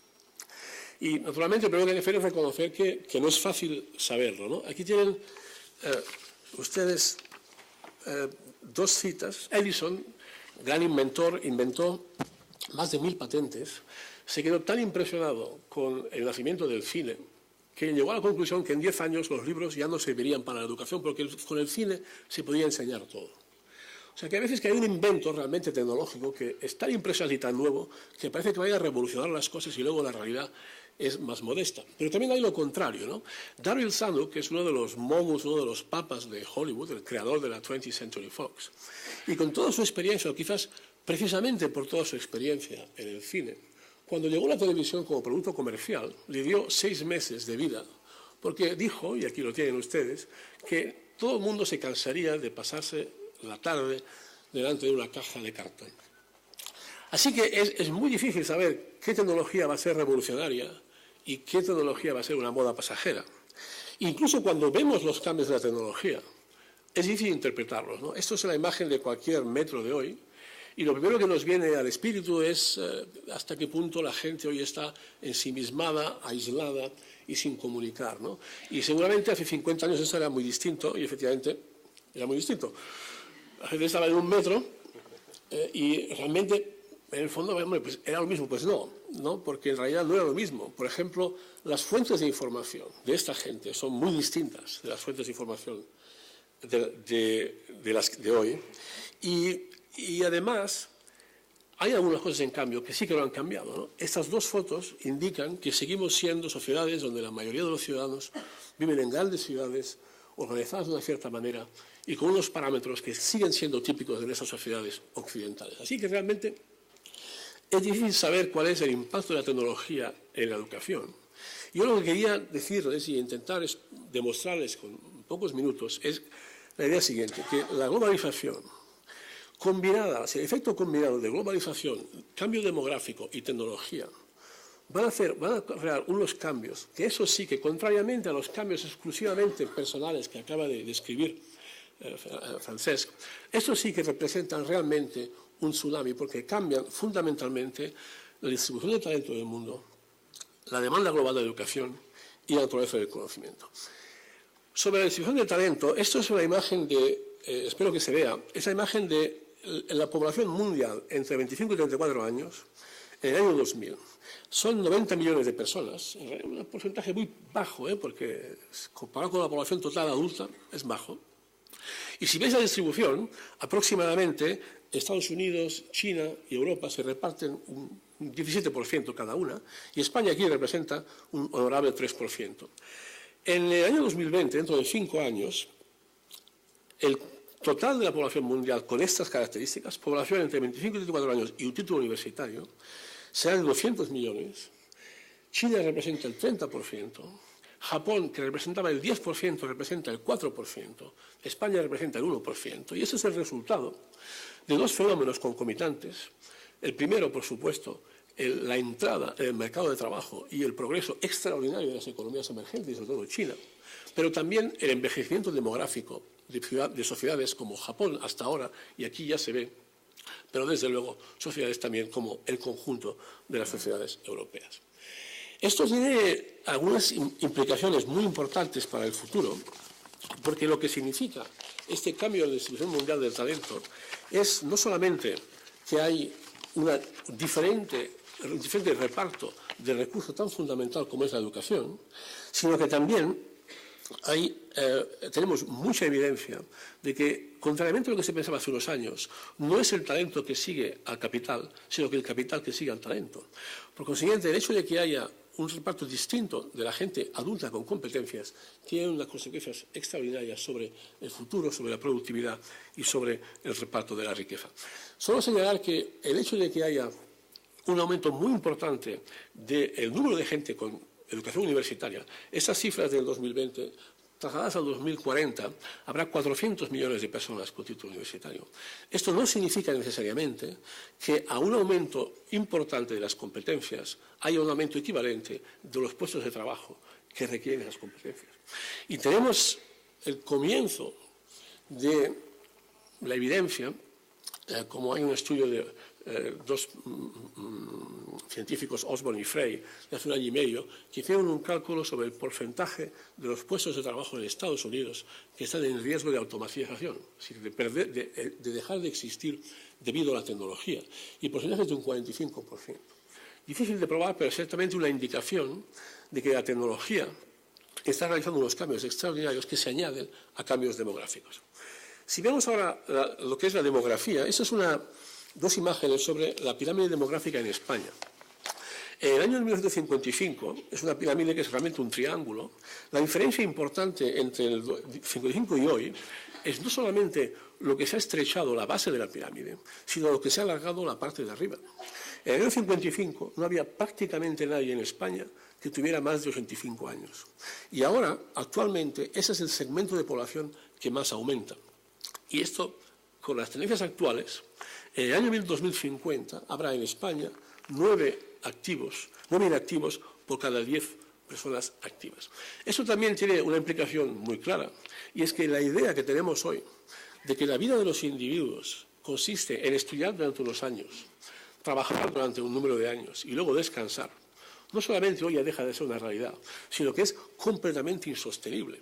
Porque para que económicamente y socialmente esta estructura demográfica, de la que España no es más que un ejemplo de lo que ocurre en el resto de Europa, para que eso sea sostenible, el aumento de productividad y por consiguiente de conocimientos del conjunto de la población adulta hace que sea inimaginable que se pueda satisfacer esa necesidad con el tipo de sistemas educativos que tenemos ahora en España y en Europa. Hemos visto rápidamente los cambios que se producen en la distribución del talento debido a la globalización. Hemos visto las tendencias demográficas en los países occidentales y el envejecimiento. Y ahora dos palabras sobre el impacto de la tecnología sobre la educación en el sentido más amplio que es sobre las personas. El 90% de la información que se han producido en los últimos 2 años, que existe en el mundo, se han producido en los últimos 2 años. Esto en sí es llamativo, pero lo que es interesante es que la razón por la que esto es así es que esa información además se puede tratar. Es decir, que hoy tenemos una capacidad para tratar la información que hace, por ejemplo, que lo que ha sido la base del método científico, que ha consistido esencialmente en esforzarse por crear muestras representativas para crear ciencia, porque se daba por sentado que es muy difícil abarcar el total de cualquier población. Ahora, con la tecnología, este problema ya no existe porque para la mayoría de los experimentos científicos y de ciencias sociales es posible abarcar y analizar el conjunto de la población que se está estudiando. Y eso tiene unas implicaciones mucho más dramáticas que lo que nos describía Francesc sobre la educación, porque, por ejemplo, eso significa que hoy en día es muy fácil, ya hoy en día, con un algoritmo que ya existe en el mercado, para cualquier institución universitaria, por ejemplo, tener una idea muy precisa sobre lo que puede dar de sí un estudiante en los próximos años. Lo cual presenta problemas éticos muy importantes, porque es perfectamente imaginable que una universidad le niegue el derecho a un estudiante a entrar en esa universidad, no por el color de su piel, no por su origen económico, sino por una estimación de cuál va a ser su potencial intelectual. Pero lo que es todavía quizás más importante es la extrapolación de lo que nos explicaba antes Francesc cuando describía esa clase que construía un puente, ¿no? Lo esencial de esa clase es la colaboración. Y esto es no solamente el secreto del conocimiento para los individuos, sino que es el secreto del conocimiento en nuestras sociedades. Y si uno mira que el conocimiento no es ya la acumulación de información, no es ya simplemente la invención de tecnología, sino que es la utilización de la tecnología de manera colaborativa en redes cada vez más complejas y en situaciones de inestabilidad, que es la definición de la manera en que viven nuestras sociedades. Y uno mira hasta qué punto, por ejemplo, las universidades, en todo el mundo y desde luego en Europa, están organizadas. Pues uno se da cuenta del reto que representa la tecnología y los cambios que estamos viviendo, porque si una universidad es algo, es sobre todo todavía una institución organizada verticalmente por disciplinas, donde la flexibilidad y la colaboración entre disciplinas es algo deseable sin duda, es algo que todos quieren, pero que es muy difícil de aplicar. El otro impacto interesante de la tecnología es que deconstruye la educación, ¿no? Porque lo que nos permite hoy el uso de las tecnologías es ver que la función que tradicionalmente se ha considerado como indisoluble de un investigador y un enseñante, de que los tiempos que tradicionalmente están organizados en diplomas y que los contenidos de la educación cambian. Y para esto les daré simplemente un ejemplo de un señor muy conocido en la literatura de la innovación que se llama Clayton Christensen. Clayton Christensen escribió un libro que se llama El dilema del innovador, enseña en la Harvard Business School, y un día se le acercaron de la Universidad de Phoenix, de Arizona, que es una universidad puramente online, y le propusieron dar 10 cursos magistrales para Phoenix. Y Clayton fue a preguntar al decano de Harvard, ¿puedo dar esos cursos? Y el decano le dijo, bueno, si insistes, si te parece importante, pero desde luego para una universidad de ese tipo no lo vas a hacer en nuestros establecimientos con el logo de Harvard, porque eso nos va a reducir nuestro brand name. Así que Christensen le pidió a Phoenix que le diera una sala, llegó a la sala y empezó a grabar su curso.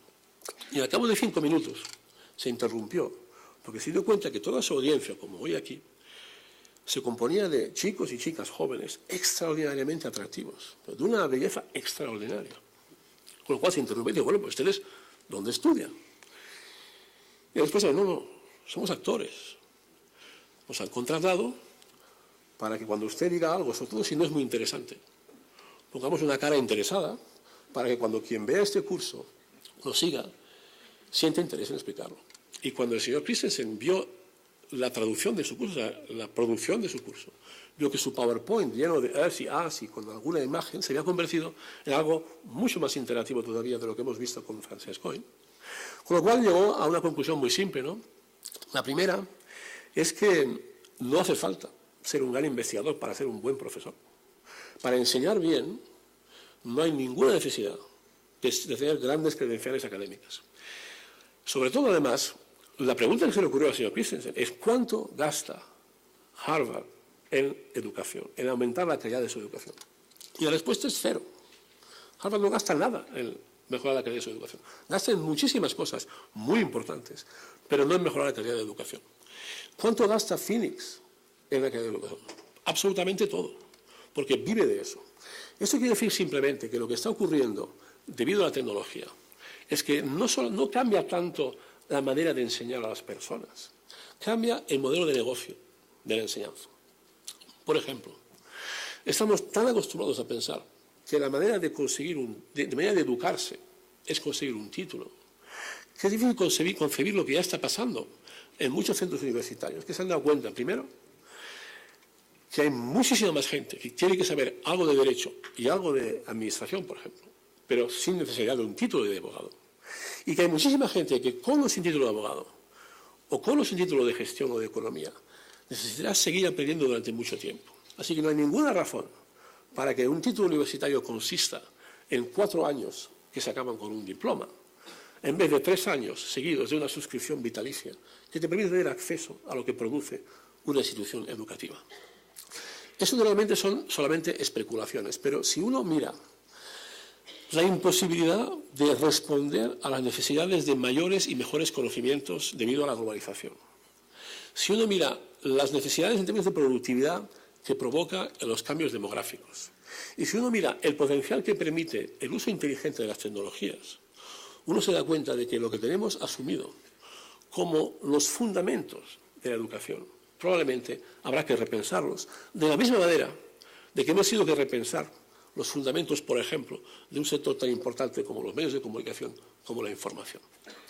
Y termino con 2 palabras sobre para qué sirve la educación. Y esta imagen es una buena ilustración, ¿no?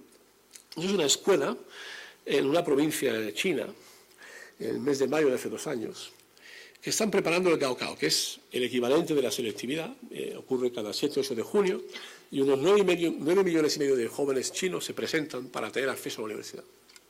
Esta clase, si la veis, es como cualquier otra, que tiene una particularidad que quizás no percibís, y es que del techo hay unos Baxter, del que sale para cada niño que está en su mesa con un ordenador y unos libros, sale una jeringa que va a la vena para inyectarles aminoácidos, para que sigan estudiando durante más tiempo. Esto es realmente extraordinario y desde luego no es educación, pero es el resultado de llevar al extremo un tipo de educación que está basado en la acumulación de conocimientos puramente cognitivos, asemejado, digamos, juntado a un sistema donde la educación es extraordinariamente importante para el progreso social. Pues la combinación de esos 2 factores lleva a una distorsión como esta, donde hay una generación entera que se sacrifica de manera extraordinaria y que es al mismo tiempo desesperante, pero también una demostración patética de la fe, de la confianza y la determinación que tienen las economías emergentes sobre el futuro de la educación y lo que la educación puede hacer por ellos. Y esto quizás sí que es realmente la lección para Europa, ¿no? Como tuvimos en Europa después de la guerra, y esto en España no nos damos tanta cuenta porque la Segunda Guerra Mundial no fue nuestro problema, tuvimos otros dramas en esa sociedad. Pero claro, hubo una generación en Europa que reconstruyó el continente en 10 años y nadie creía que eso fuera posible. Y era una generación de constructores. Ahora lo que Europa necesita, en mi modesta opinión, es también una generación, pero esta vez una generación de educadores, que sean capaces de explotar el potencial de la educación. Y el potencial de la educación no es solamente hacer personas mejores, que ha sido lo que siempre ha sido y debe seguir siendo la educación, es algo más. Tenemos una necesidad imperiosa en Europa de no ocuparnos solamente, que es mucho, de paliar los efectos de la desigualdad, con medidas redistributivas, con medidas fiscales, con medidas de cohesión, sino de prevenir las causas de desigualdad. Y la principal causa de desigualdad son las desigualdades educativas. Hay una relación directa entre los países que crecen más y los países que tienen mayor nivel de igualdad. Y la razón por la que los países más desiguales crecen menos es que, al haber más desigualdad, la gente con menos recursos invierte menos o recibe menos ayudas para la educación. Esto es lo que debe inspirarnos de cara al futuro a poner un esfuerzo mucho mayor sobre el potencial que tiene la educación combinada con la tecnología para mejorar nuestras vidas. Y termino con 2 palabras sobre lo que puede hacer Europa para esto. Y la respuesta corta es que poco en el sentido de que la Unión Europea no tiene competencias reglamentarias en materia de educación. No podemos decirle a los países, a las instituciones, cómo tienen que organizar sus currículums. Pero lo que sí podemos hacer es dar incentivos para los que quieren innovar. Es financiar la innovación, financiar la movilidad, financiar la internalización. Y también algo muy importante, y es intentar, y ese yo creo que es en todo caso la prioridad principal, que la educación se convierta en uno de los elementos centrales de la estrategia de Europa para salir de la crisis. Para eso tenemos algunos instrumentos. Todos ustedes conocen el programa Erasmus+. Europa tiene un presupuesto, como sabéis, cada 7 años. Tenemos grandes batallas para definirlo cada 7 años y luego una paz norcoreana de 7 años. El presupuesto de la Unión Europea para los 7 años de 2014 a 2020 no aumenta nada. Pero dentro de ese presupuesto, el programa Erasmus Plus aumenta en un 40%. Un 40%. El 40% de poco sigue sin ser mucho, pero es un instrumento que creemos que es un instrumento que tiene un potencial innovador. Y un potencial innovador para las personas igual que para los sistemas. Francés se refería a eTwinning. eTwinning es una plataforma donde 250.000, 250.000 de maestros europeos están ahí para intercambiar, como nos decía. Esas son las cosas que Europa puede hacer. Y esas son las cosas que Europa, creo, tiene que seguir poder haciendo, porque es la manera para Europa de explicar que puede ser no solamente una fuente de austeridad, sino también una fuente de esperanza, que es en el fondo lo que la educación debe ser para todos nosotros. Muchas gracias.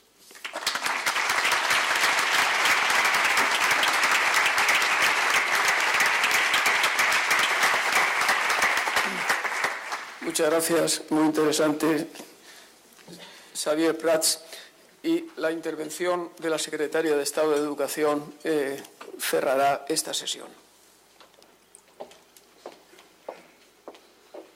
Buenas noches. En primer lugar, quiero agradecer a la Fundación Santillana y a la Fundación Rafael del Pino el haberme invitado hoy aquí, puesto que el tema de la incorporación de las tecnologías de la información en la educación es un tema prioritario para el Ministerio.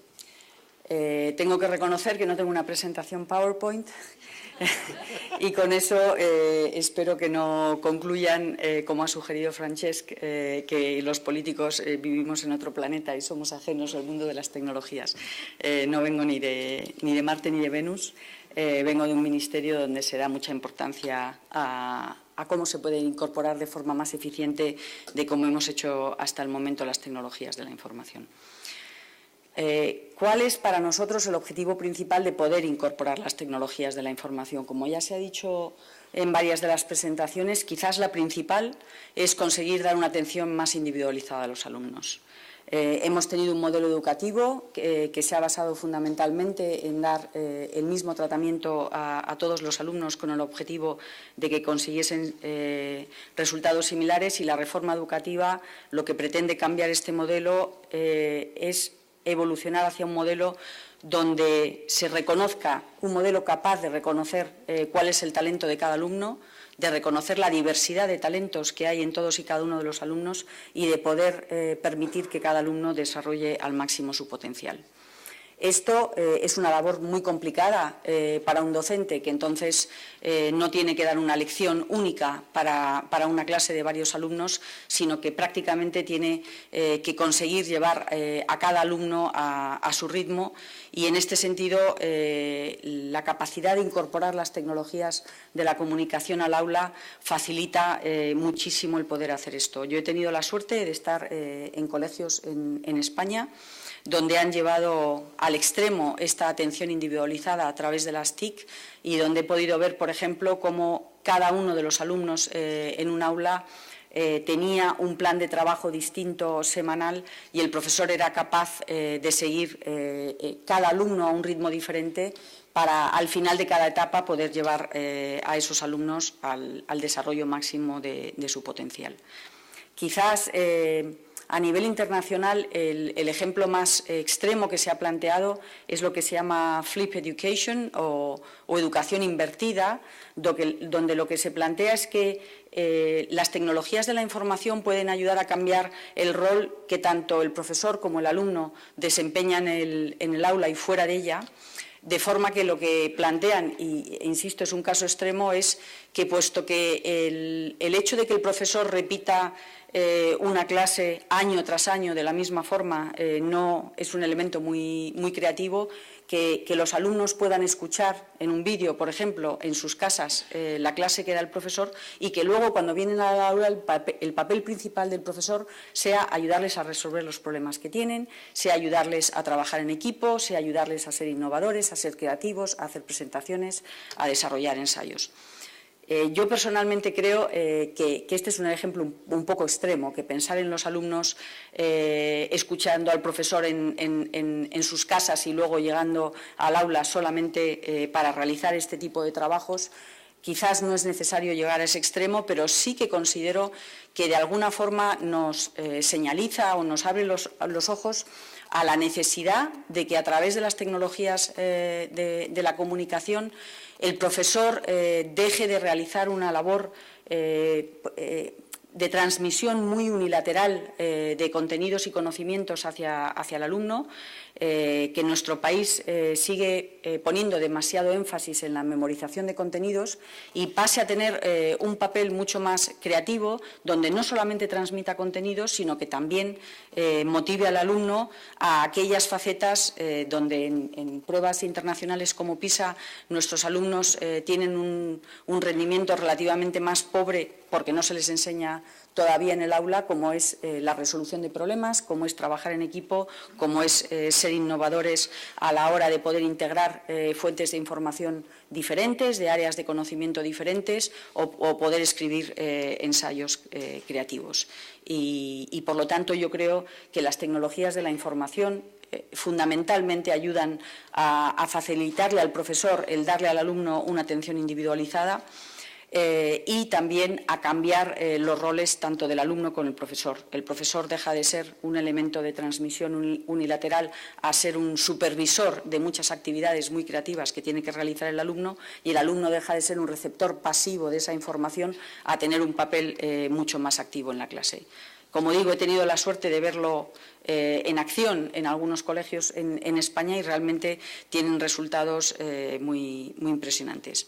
Por otra parte, obviamente, las tecnologías de la información pretenden abrir las fronteras de forma que los alumnos puedan tener acceso no solamente a los docentes del centro escolar en el que se encuentren, sino a docentes de todo el mundo, a contenidos curriculares que aportan docentes de todo el mundo y, por lo tanto, salir del conocimiento que obtienen exclusivamente de un libro de texto a poder obtener todas estas fuentes de información. Esto en sí es muy positivo, pero obviamente todos entendemos que también tiene un límite y que hay que enseñar a los alumnos a poder calibrar cuál es la calidad de esas fuentes de información y a poder poner un límite a cuáles las fuentes de información que uno debe tener en cuenta. Es muy importante también a la hora de mejorar la relación de los colegios con los padres. Los padres a menudo se quejan en nuestro país de que no tienen suficiente información de cómo está evolucionando su hijo, de que no tiene suficiente interacción con el docente. Muchas veces, a través de las tecnologías de la información, los padres pueden tener información diaria de cómo ha trabajado su hijo, los resultados que ha obtenido, si ha tenido algún problema y, por lo tanto, se facilita mucho la interacción. Y, finalmente, yo creo que un aspecto fundamental y que en muchos países realmente está teniendo un impacto enorme, como también se ha mencionado, es la posibilidad que da a los profesores de establecer redes a través de las cuales comparten buenas prácticas, comparten contenidos curriculares y comparten experiencias. Estaba intentando buscar en el iPad, porque aunque no tenga PowerPoint, sí tengo iPad, cuál es el número de descargas de algunas de las redes más conocidas de profesores, porque lo he oído en algunas presentaciones y realmente son unas cifras elevadísimas, pero como no lo he encontrado, solo les puedo decir que son cifras muy elevadas. Los profesores realmente descargan con una frecuencia altísima clases de otros profesores, contenidos curriculares de otros profesores, vídeos donde explican cómo resuelven algunos de los problemas que se encuentran en el aula, y realmente esta capacidad de establecer redes colaborativas entre los profesores y de compartir buenas prácticas en algunos países se ha convertido en un elemento tan importante, por ejemplo, en algunos países asiáticos, que hay algunos profesores que se valoran muchísimo en esas sociedades porque son profesores cuyas clases se descargan con una frecuencia enorme por parte de otros profesores, porque consiguen, no sé, en materias de especial dificultad, como puede ser matemáticas, muy buen rendimiento de los alumnos, y muchas veces es solo a través de un vídeo que otros profesores pueden comprender cuál es la diferencia entre cómo dan la clase esos profesores y cómo la dan ellos, y por lo tanto incorporar algunos de los elementos que les parezcan útiles. En cuanto al ámbito universitario, obviamente los MOOCs es algo que ha entrado en el mundo universitario, los Massive Open Online Courses. En su momento se habló de que era una revolución de tal magnitud que prácticamente iba a eliminar a las universidades presenciales. Yo creo que finalmente nos quedaremos en un punto intermedio, como en la mayor parte de las cosas. Es verdad que los MOOCs consiguen que profesores de muchísima calidad, de universidades de prestigio, lleguen alumnos de todo el mundo. También es verdad que hay problemas que todavía no se han resuelto, como son los problemas de cómo se certifican esas titulaciones o qué se hace con aquellos ámbitos del conocimiento que tienen una parte experimental que obviamente no se puede dar online, y sobre todo que hay un porcentaje muy alto de alumnos que se matricula, un número muy alto de alumnos que se matricula, pero un porcentaje muy bajo de alumnos que finalizan estos cursos. A lo mejor pueden servir para algunas áreas de conocimiento, para no todas, a lo mejor pueden servir como un complemento a las clases presenciales, y yo creo que quizás sea este modelo mixto, el blended model, el que finalmente sea una solución mejor para la mayor parte de las situaciones, ¿no?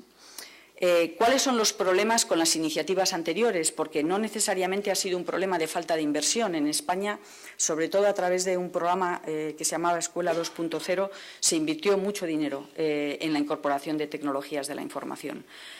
Nosotros creemos que el problema fue que se limitó a repartir portátiles y tablets y que no había ni un esfuerzo en formación del profesorado ni un esfuerzo en poder desarrollar con el profesorado cuáles eran los proyectos a través de los cuales esta incorporación de las TICs iba a conseguir este cambio en la metodología de la enseñanza, este cambio en el rol que el profesor y el alumno desarrollan en el aula. Entonces, el simple reparto de tablets no llevó a mucho. Hay una evaluación del impacto de aquellas aulas donde llegaron portátiles o tablets a todos los alumnos y, de hecho, las conclusiones son que el rendimiento era ligeramente menor que en aquellas aulas donde no había llegado, pero creemos que no es por un efecto pernicioso de la tablet en sí, sino por la falta de un programa coherente e integrado que ayude a los docentes a incorporar la TIC y a llevar a cabo este cambio de metodología.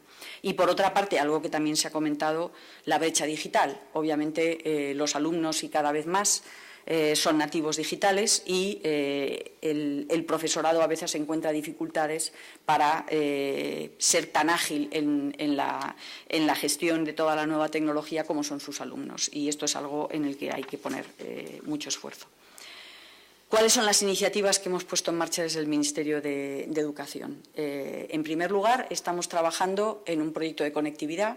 Uno de los problemas que se me ha olvidado comentar que tuvo Escuela 2.0 es que muchas escuelas no tenían buena conectividad y bueno, pues en muchas ocasiones que he visitado centros escolares, los alumnos que sí tenían la suerte de haber recibido tablets se quejaban de que continuamente perdían la conexión y que al final el profesor pues ya se cansaba y les decía que dejasen el tablet y volvían a un método más tradicional. Por lo tanto, estamos trabajando junto con el Ministerio de Economía y el Ministerio de Industria en un proyecto de conectividad para poder dotar a todos los centros escolares del país de banda ancha de calidad y que, por lo tanto, todos, incluidas las zonas rurales, tengan la posibilidad del acceso de calidad a Internet con las medidas de protección necesarias en el ámbito educativo y tratándose de niños. Por otra parte, hemos puesto en marcha un punto neutro para la adquisición de material digital. Estamos viviendo también una transición del libro de texto de papel al libro de texto digital. Se habla mucho, y es muy importante en momentos de crisis, que esto va a tener una consecuencia muy positiva, que es una reducción muy importante en el coste.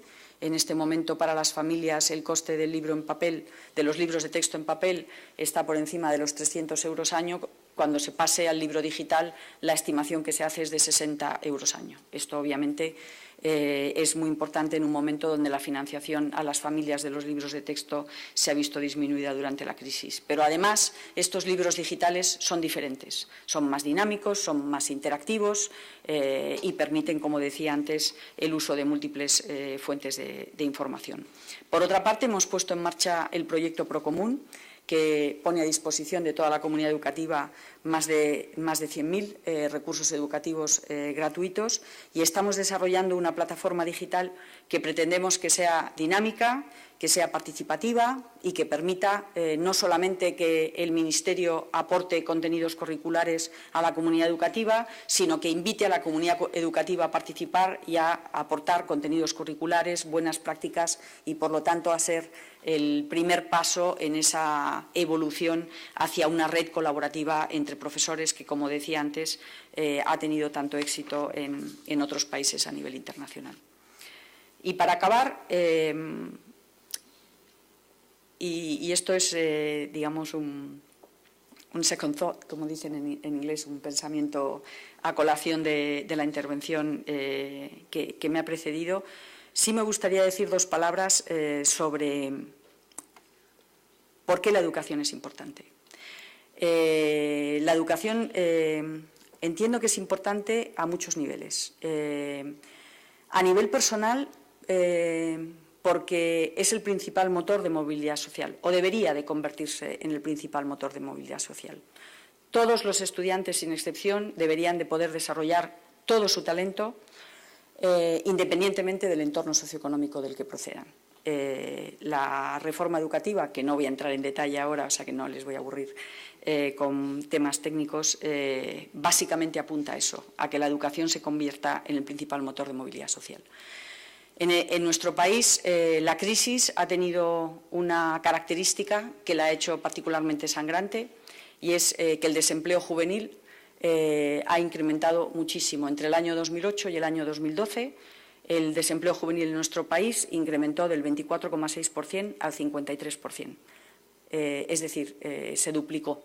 Solamente Grecia ha experimentado algo similar. En el resto de los países de la Unión Europea ha habido un incremento en el desempleo juvenil, pero no tiene nada que ver en magnitud. Yo creo que parte del problema por la que la crisis se ha cebado tanto con los jóvenes tiene que ver con algunas deficiencias de nuestro sistema educativo, como el altísimo nivel de abandono educativo temprano o como el bajo rendimiento de nuestros estudiantes que pretende abordar la reforma educativa.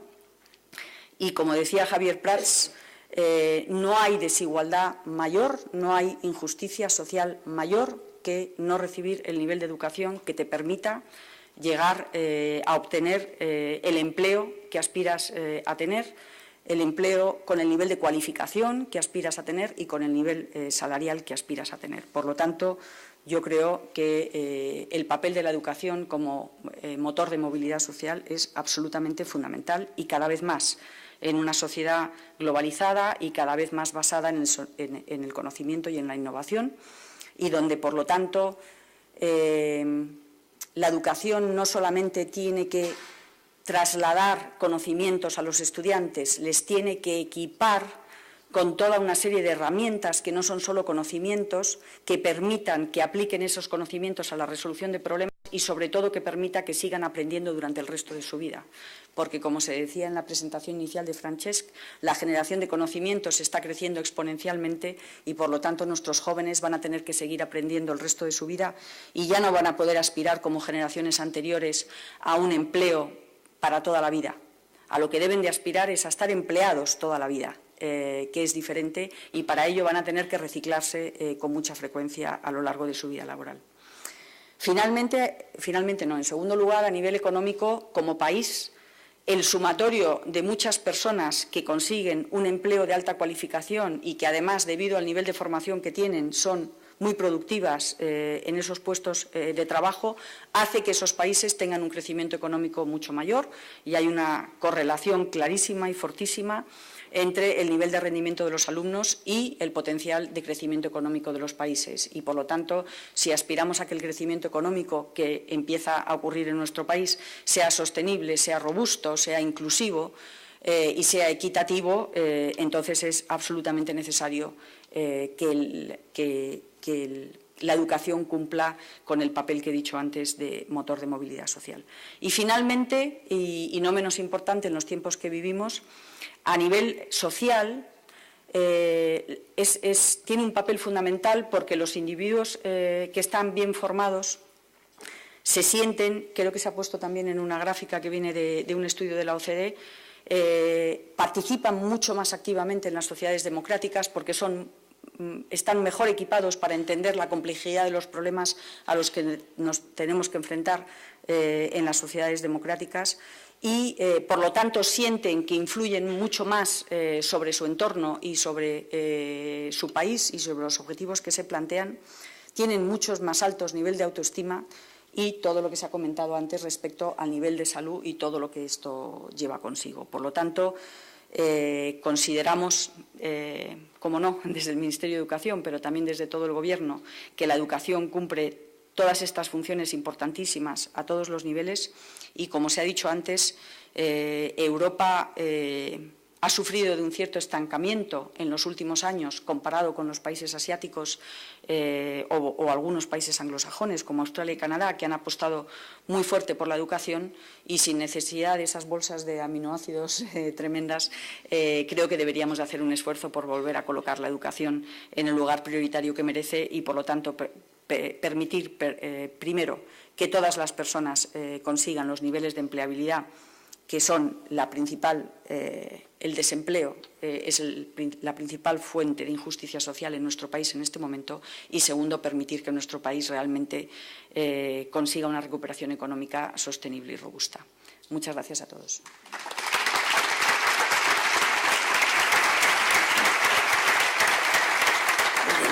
Pues agradecemos a Montserrat Gomendio y a los demás intervinientes su presencia, sus intervenciones y la puntualidad con que las han desarrollado. Muchas gracias y hasta mañana.